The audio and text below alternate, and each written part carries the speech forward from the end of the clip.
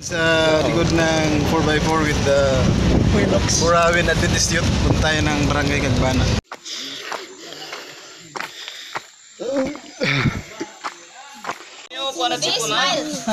Lumunod layton. Ikaw lang din mag-aumit. Sige, maubos mo. Magmuwas naman at daw. Bay mahuwad ni. Mahuwad.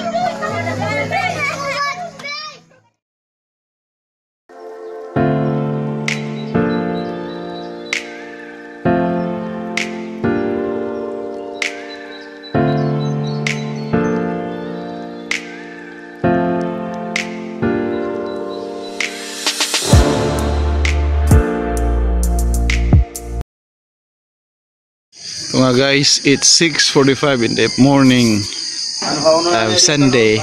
Sa kita natin, it's still foggy because of the high elevation, and we can also see monkeys. May mga unggoy din dito sa bundok na to. Isang smile nga, monkey. Yan nga, mga rare yan. Rare pups. Di mo yan makikita sa legit Burawin. Para kanino ka bumaba, no? But actually we're cooking our food for the morning. It kaya kukoy and early. Madati root. Utot pa. Utot dir.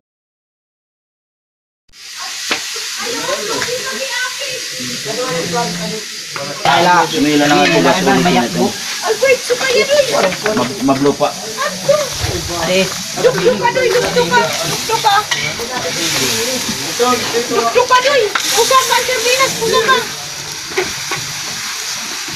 pusaka. Kain ng luwag ba? May luwag ka doy. At may noodles. Ton, sige. Pusakain. Alam pag pinusag nga pusag ito. Ayaw, pusaka Nga lang. pusag na ito niya pa sa pambutan ng bunay. May naringasain.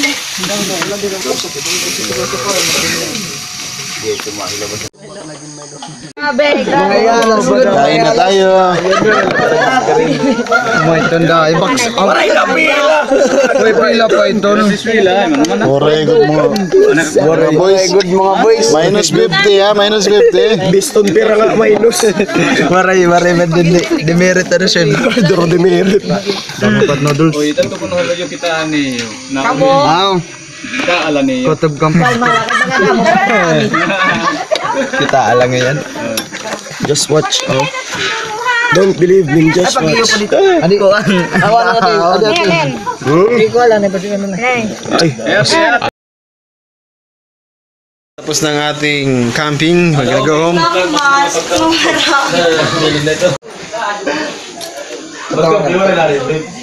Tayo morbalikan la. Waray. Eh pag hubo ako ni bakal kung buong. Kamuti. Matanong na da habong. Pagtitikal mo interest niya. Sa bawat pagsikat ng araw, ay may katumbas nitong paglubog. Tulad ng aming pagdating dito sa barangay, ay may pag-alis naman. Kung ako magadasig kanila sa matag adlaw, sa matag tuig pa nga malabot. Panalangin kami ginulo sa Pinasay na samtang kami lakaton. So, uwi na tayo. Sa isang buong araw naming pamamalagi, may mga bagay kami natutunan. May mga bagay kami natutunan at bigyan pansin. At gusto sana naming baguhin kung may pagkakataon. Pero di maikakailang kasiyahan ang aming naranasan sa lugar na to. Malamig na hangin na dala ng hamog.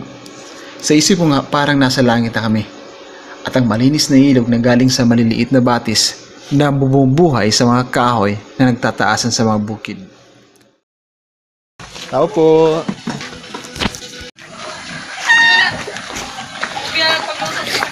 So, pauwi na tayo after ng 2 days na stay dito sa Barangay Kagbana. Sumasakit pa rin yung mga paa natin.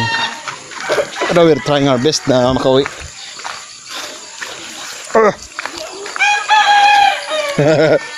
Shelby may dalang speaker. Yung kasama niya, iniwan siya. Crisis King. Ang mga bukid na nakapalibot sa baryong ito na tila nagpoprotekta sa mga mananakop ng kanilang likas na yaman. Ay, wala na akong masabi. Kung mahirap ang pagpunta rito, ganun naman kasarap ang pagkakaroon ng ibang pananaw sa buhay na malayo at malaya sa pressure ng urban na pamumuhay.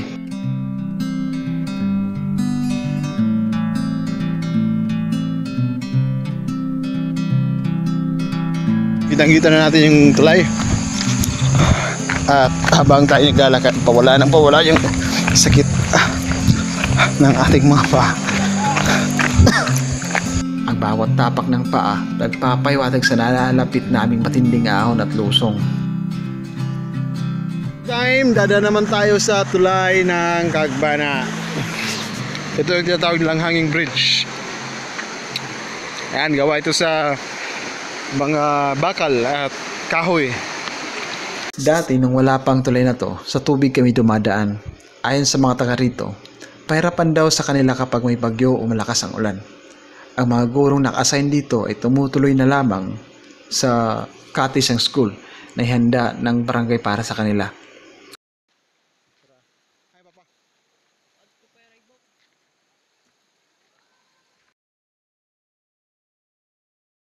Nag-uumpisa na ang ating ascend. Balik naman tayo nung dati nating dinaanan na matarik.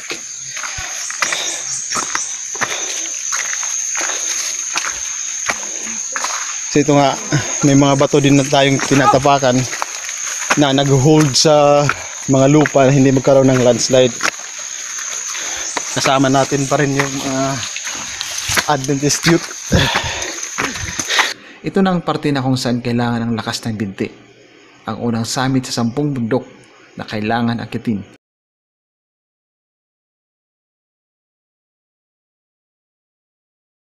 So sabi nila, ang pag-haul daw ng mga produkto galing sa Barangay Lanawan to Kagbana ay nasa 150 pesos.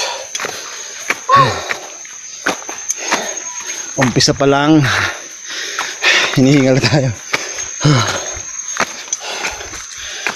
Ang ganda nitong gawing pang landscape.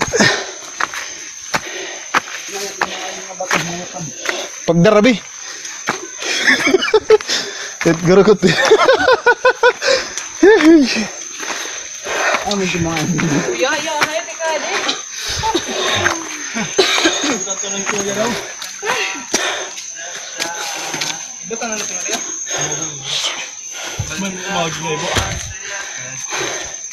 Ano pala? Kaya. Payat. Pagdaran dagmay. O di man? 20,000.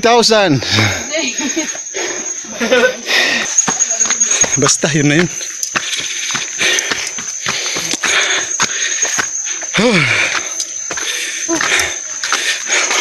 One down. 10 more to go.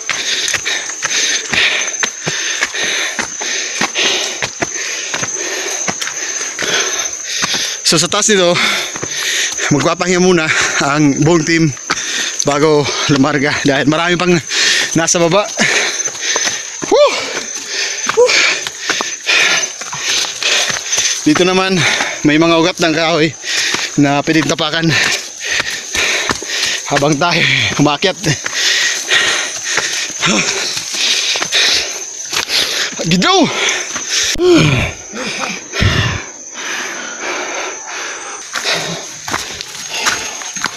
So malapit na tayo. Narating na natin ang unang summit. Nasa 80 metro ang taas ito mula sa tubig. Dito muna kami mamamahinga para ma-count ang mga kasama at malaman kung kumpleto pa ba ang grupo. Moment guys, dito na tayo sa tuktok. 25, 37! Yan, count na tayo dahil gusto nating ma-count yung mga personal na nandito ngayon. At nandun naman sa kabila sina Lovely.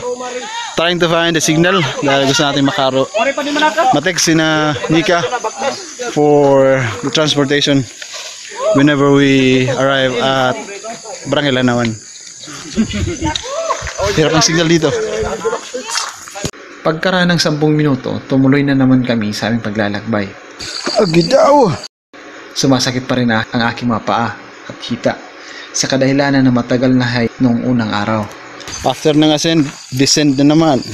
Inihindaman ng sakit pero hindi dapat dahil hindi tayo makakauwi. So ito yung dinadaanan natin. May mga wild bananas at saka mga wild ferns. Ayun ako. Pwede na. Nahabol.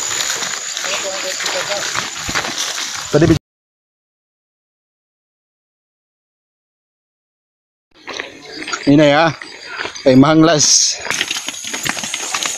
So pagkatapos lang ng ulan, tapos yung dinadaanan natin ay basa pa.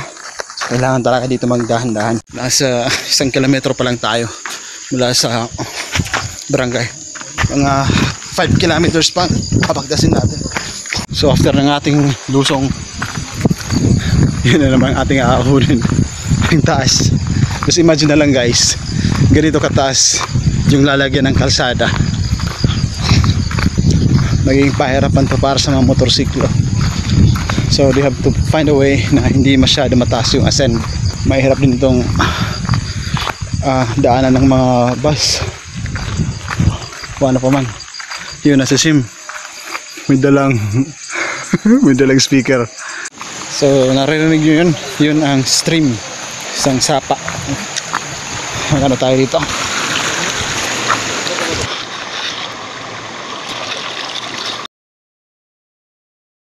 So nasa 60 degrees ang angle nito.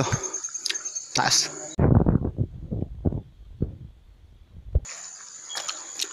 We are near to the second summit. Stop over muna bago lumusong. Yung barangay na napunta natin ay kabilang bundok na yan. So it has a heavy vegetation na talagang virgin forest pa.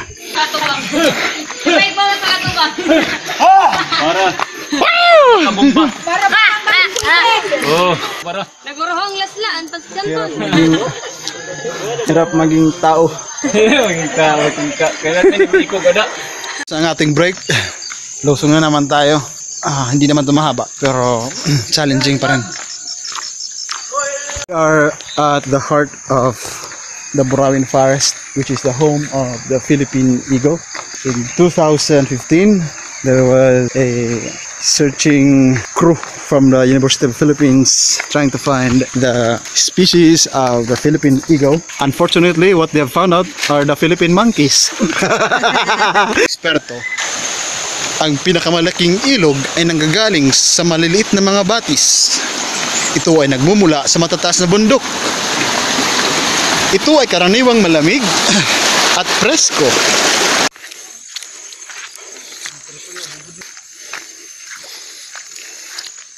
Then, dito naman tayo sa ahon.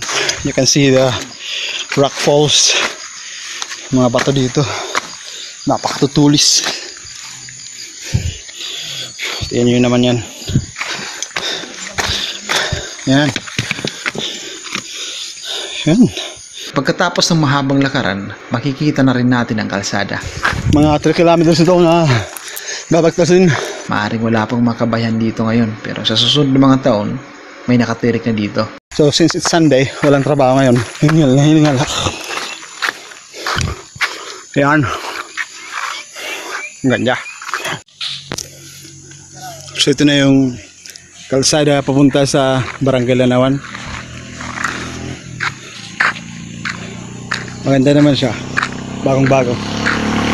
So basically yung mga bata nakaka-try dito. Sa mga oras na yun, parang ang araw ay nagpapakita na rin. Mabuti na lang at malapit na tayo sa San Vicente.